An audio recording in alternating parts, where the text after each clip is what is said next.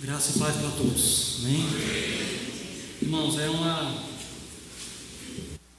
uma alegria estar com os irmãos mais uma vez na nossa adoração pública, que, como eu costumo dizer, é o momento em que céus e terras se unem de uma forma singular, porque participamos com a adoração dos anjos ao nosso Deus, e também é o momento em que, como igreja, paramos para ouvir a palavra do Senhor.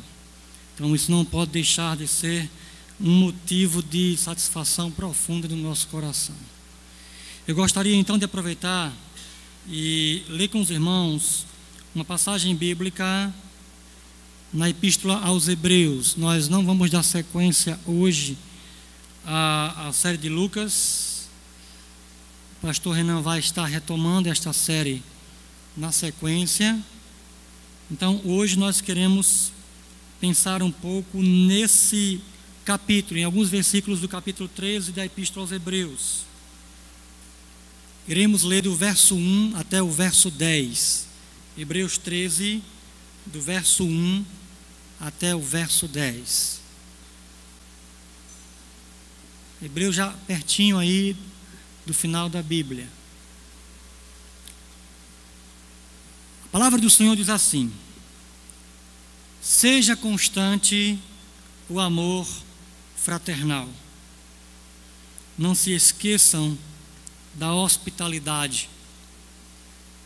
Foi praticando-a que, sem o saber, alguns acolheram anjos. Lembrem-se dos que estão na prisão, como se aprisionados com eles, dos que estão sendo maltratados, como se vocês mesmos estivessem sendo maltratados. O casamento deve ser honrado por todos, o leito conjugal conservado puro, pois Deus julgará os imorais e os adúlteros. Conservem-se livres do amor ao dinheiro e contentem-se com o que vocês têm, porque Deus mesmo diz: nunca o deixarei, nunca o abandonarei. Podemos, pois, dizer com confiança: o Senhor é o meu ajudador, não temerei. O que me podem fazer os homens? Lembrem-se dos seus líderes, que lhes falaram a palavra de Deus. Observem bem o resultado da vida que tiveram e imitem a sua fé. Jesus Cristo é o mesmo ontem, hoje e para sempre. Não se deixem levar pelos diversos ensinos estranhos.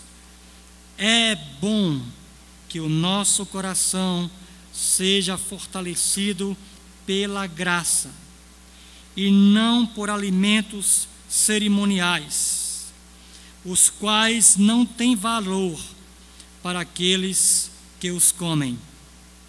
Nós temos um altar, do qual não têm direito de comer os que ministram no tabernáculo. Senhor, usa mais uma vez a tua grande misericórdia para conosco, teu povo, Senhor. Somos carentes e extremamente necessitados de ti, da iluminação do Espírito, da abertura dos olhos do coração, Senhor, para que estas verdades sejam vistas como nós precisamos vê-las, Senhor, e só tu podes fazer isso. Glorifica teu nome, edifica a tua igreja, anima a tua igreja, nos faz permanecer firmes até o fim, Deus, em nome de Jesus, Amém e amém. Queridos irmãos, época de Natal e de fim de ano é uma época de celebração. É uma época de festa. É uma época para estarmos juntos, gratos a Deus, comemorando o ter uns aos outros, alegres por nossa saúde, por nossa condição financeira estável. Enfim, é um momento que nós separamos no ano para presentearmos uns aos outros, visitarmos uns aos outros, estarmos presentes na vida dos nossos familiares, dos nossos parentes, particularmente aqueles que nós não vemos com tanta frequência, às vezes até temos que viajar, ou recebemos visita, seja como for. Final de ano, época de Natal, é um período de nos alegrar e de estarmos juntos para celebrar. Mas é bem verdade também que nem todos estão conosco. Eu acredito que, se não todos, mas a maioria de nós aqui conhece aquele amigo, aquele parente, aquela pessoa próxima, para quem você fez o convite para estar na sua festa de Natal, no seu jantar, no almoço, e infelizmente aquela pessoa não esteve presente, ou aquelas pessoas não estiveram presentes. Você lamenta porque são pessoas queridas, mas a bem da verdade, nem todos celebram. E isso acontece como consequência do que os profissionais da área da saúde mental costumam chamar de depressão do fim do ano. E aí, uma das evidências dessa tal tristeza do fim do ano é esse isolamento. Essas pessoas que nós ficamos sem conseguir entender por que é que elas não conseguem se reunir, por que elas não conseguem estar junto de nós nas nossas confraternizações, nos nossos momentos de alegria e de celebração.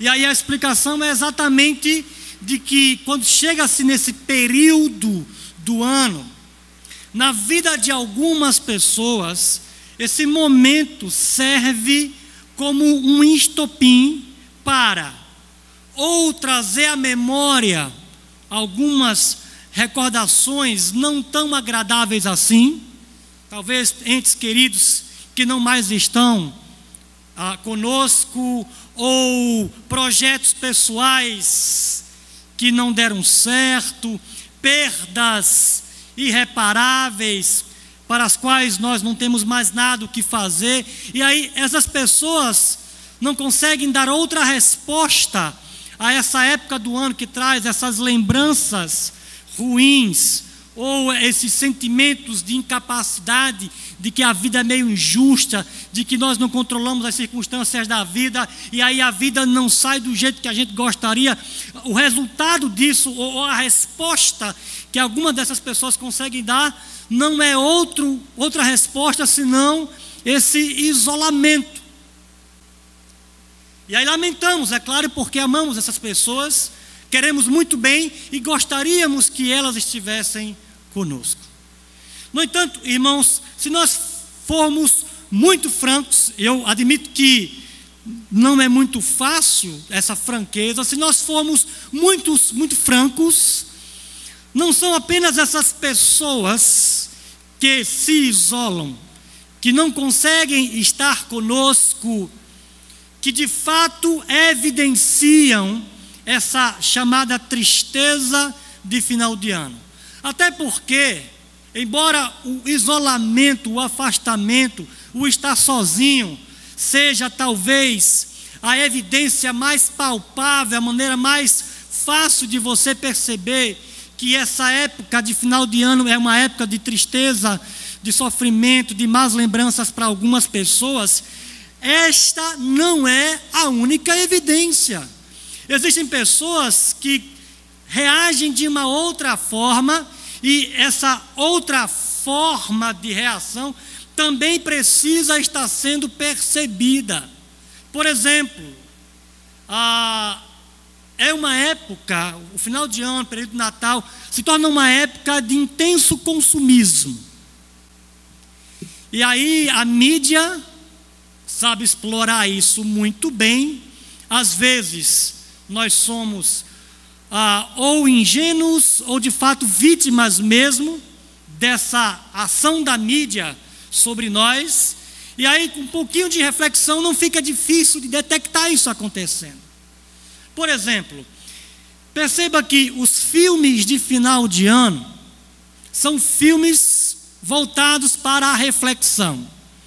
São filmes que tratam da família, são filmes que tratam de relacionamento, são filmes que tratam do sentido da vida, são filmes que chamam a atenção para a temática de você viver melhor, de você aproveitar a vida, de você aproveitar os momentos com as pessoas que você ama.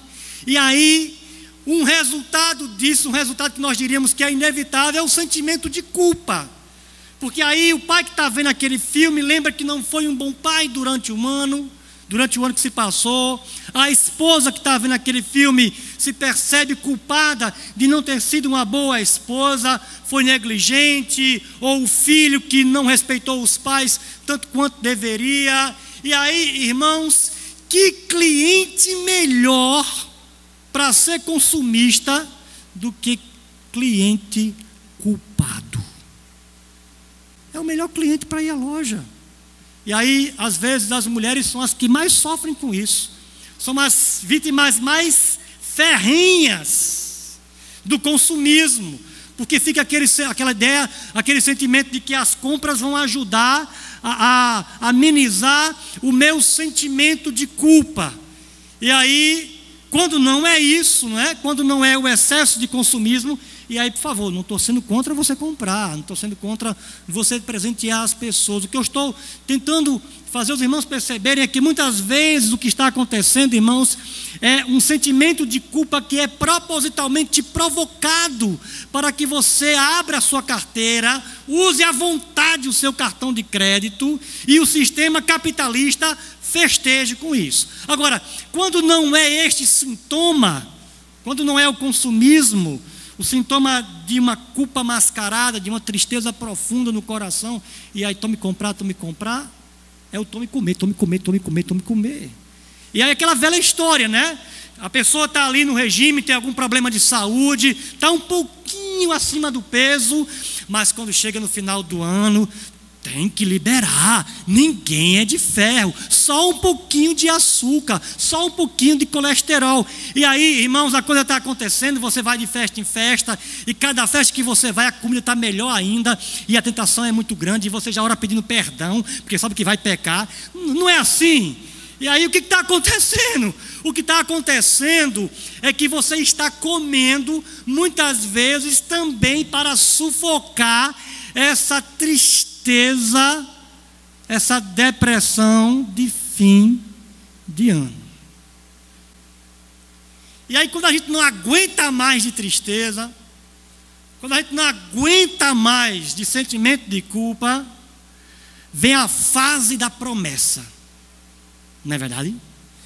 A gente chega para o filho, né? A gente que é pai, chega para o filho, aí vai ser um pai melhor. Aí chega o marido, chega para a esposa: minha filha, eu vou ser um esposo melhor, vou ser mais paciente, eu vou passear mais com você, eu vou dar mais dinheiro para você gastar. Aí, irmãos, vem a fase das promessas. Quando você faz essa avaliação pessoal, essa avaliação crítica de como você viveu, como foram os seus relacionamentos, como você gastou seu dinheiro, como foi o seu empenho profissional, o estudante que você deveria ter sido que não foi. E aí vem uma série de promessas que você vai ser uma nova pessoa no ano que vem. Você vai fazer a dieta que nunca conseguiu fazer, vai para a academia. Vai para a academia. Dessa vez eu compro aquela bicicleta, eu vou andar de bicicleta. E vem todas essas promessas para ajudar a lidar com esse sentimento de culpa, esse sentimento de tristeza. E sabe o que é que nós no final percebemos? No final nós percebemos que quando chegar no final do ano que vem, nós vamos estar fazendo as mesmas promessas. Serão os mesmos sentimentos de culpa, a mesma tristeza, aquela sensação de que eu não fui quem eu deveria ter sido. E aí, mais uma vez, o sistema capitalista vai aproveitar a sua culpa e a sua tristeza, e os ricos vão ficar cada vez mais ricos. Meus irmãos, o que é que a palavra de Deus tem a nos dizer sobre isso nessa noite? A bem da verdade, todos nós precisamos mudar.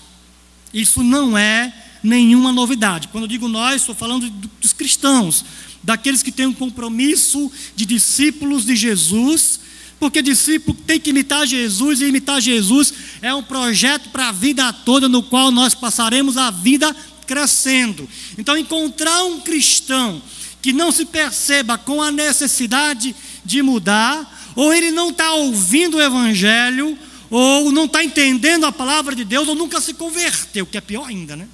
Porque se ainda não entendeu, a graça ainda pode operar aí e fazê-lo entender. Mas a bem da verdade, irmãos, cristão sempre precisa mudar. E aí, nada contra essa postura de querer mudar. O problema é que essa mudança só é proposta em final de ano. Essa mudança diz respeito a uma avaliação pessoal, uma avaliação crítica que fazemos de nós mesmos, e boa parte dessas mudanças propostas, irmãos, ou não vai acontecer, ou se acontecerem, são mudanças que tocam na superficialidade das nossas vidas, e aí de fato acaba não resolvendo o problema. Portanto, eu não estou aqui para criticar o seu sentimento de mudança. Eu até diria que Deus pode usar esses momentos de culpa coletiva, de tristeza coletiva, esse sentimento de autocrítica, que deveria ser um tanto constante, porque, como já disse J.I. Packer, a vida cristã é crescer para baixo, ou como já dizia Lutero, a vida do cristão é uma vida de penitência de todos os dias temos que nos arrepender. E aí, esse é o grande problema, né? A gente não está considerando a verdadeira mudança que precisa acontecer. E é sobre isso que eu quero falar com os irmãos nesta noite, a partir do texto que nós lemos. Aproveitando esse sentimento de que nós precisamos mudar, vamos perguntar à palavra de Deus que mudança nós precisamos ter, a fim de que, irmãos, no final do ano, o sentimento seja diferente. E aí, quando nós olhamos para esse texto que nós acabamos de ler, a proposta que o texto faz quanto a que mudança nós devemos ter, não mudança de dieta, não mudança de exercício físico, não apenas mudança em como você vai gastar seu dinheiro ou como você vai gastar o seu tempo com os seus familiares, mas a mudança que consiste em viver para satisfazer a real necessidade dos outros. Você quer mudar? Planeje a sua vida para viver, para satisfazer a real necessidade dos outros. Irmãos, quando Deus nos criou para não encontrarmos satisfação dentro de nós mesmos. Nós somos os seres cujo significado só pode ser encontrado fora de nós. E quando eu falo fora de nós, eu não estou falando só do próprio Deus. Por mais que Deus seja a grande fonte de satisfação da nossa vida, irmãos, quando Deus se torna essa fonte, nós não vivemos só para Ele, nós vivemos para Ele e para aqueles a quem Ele criou. E aí eu quero chamar a sua atenção, por exemplo, para o próprio livro de Gênesis. Está lá Adão, irmãos. O ambiente é perfeito, é paraíso. Não tem pecado, não tem dor, não tem trabalho cansativo, não tem frustração, não tem dívida para pagar. Não tem nada disso. Tem Deus. Mas mesmo assim, está faltando alguma coisa em Adão. Deus traz os animais, mas está faltando alguma coisa, está faltando alguém que se encaixe em Adão. Porque eu e você fomos criados para encontrar satisfação vivendo para o outro. E é por isso que a sociedade hoje, irmãos, vive em crise. Porque cada vez mais o valor do individualismo se exacerba, se acentua. Cada vez mais, se você consegue viver para você, viver independente dos outros, cada vez mais, se você consegue usar os outros para a sua própria felicidade, você acertou em cheio. E aí o que é que nós temos? Nós temos uma sociedade cada vez mais cheia de culpa, cada vez mais frustrada, cada vez mais isolada, cada vez mais com pessoas com depressão, pessoas precisando dos profissionais da área de saúde mental, porque a coisa está contrária à natureza.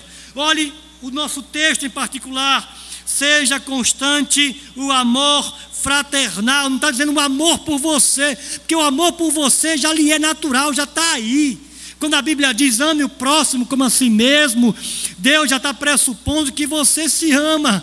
O problema, irmãos, não está em que nós precisamos nos amar mais. Isso é conversa fiada. Nós precisamos amar mais o irmão. Nós precisamos amar mais o povo de Deus. Amar mais aqueles por quem Cristo morreu. E isso significa custo, isso significa colocar-se em risco. Veja o verso 2: não se esqueçam da hospitalidade, pois praticando-a que, sem o saber, alguns acolheram anjos. A palavra hospitalidade aqui é uma palavra interessante para traduzir o grego, mas o grego talvez seja um pouquinho mais forte do que a nossa palavra hospitalidade. Literalmente, hospitalidade no grego significa amor aos estranhos.